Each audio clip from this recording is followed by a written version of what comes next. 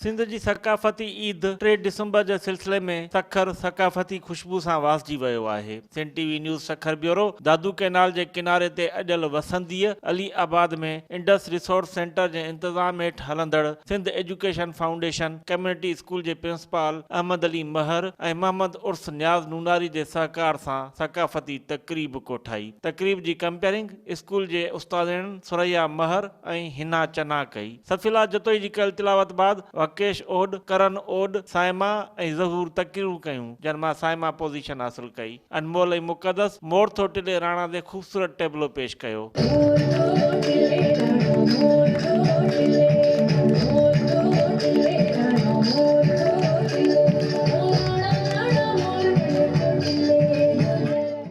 KG, बे, टे ऐं चौथे दर्जे जे शागिर्दनि ऐं शागिर्दाणियुनि दोस्त अली डोमकी, मोहम्मद रहीम, सीमा बुलेदी, रुखसाना बुलेदी, सीमा शेख, सरदारा शेख, रवीना ओड ऐं मोहम्मद रहीम पठान मशहूर लोक ऐं क़ौमी गीतनि ते डांस परफॉर्मेंस ॾिनी।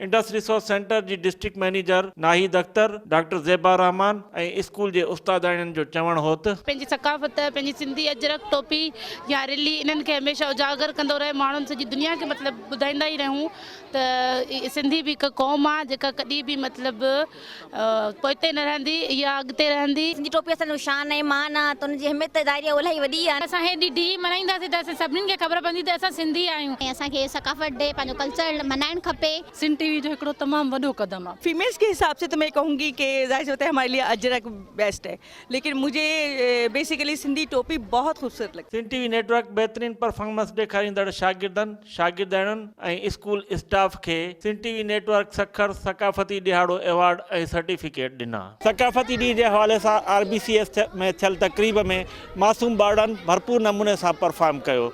कैमरामैन जावेद गुञो, GM महर सां गॾु मुश्ताक टावरी, सिंध टीवी न्यूज़ सखर।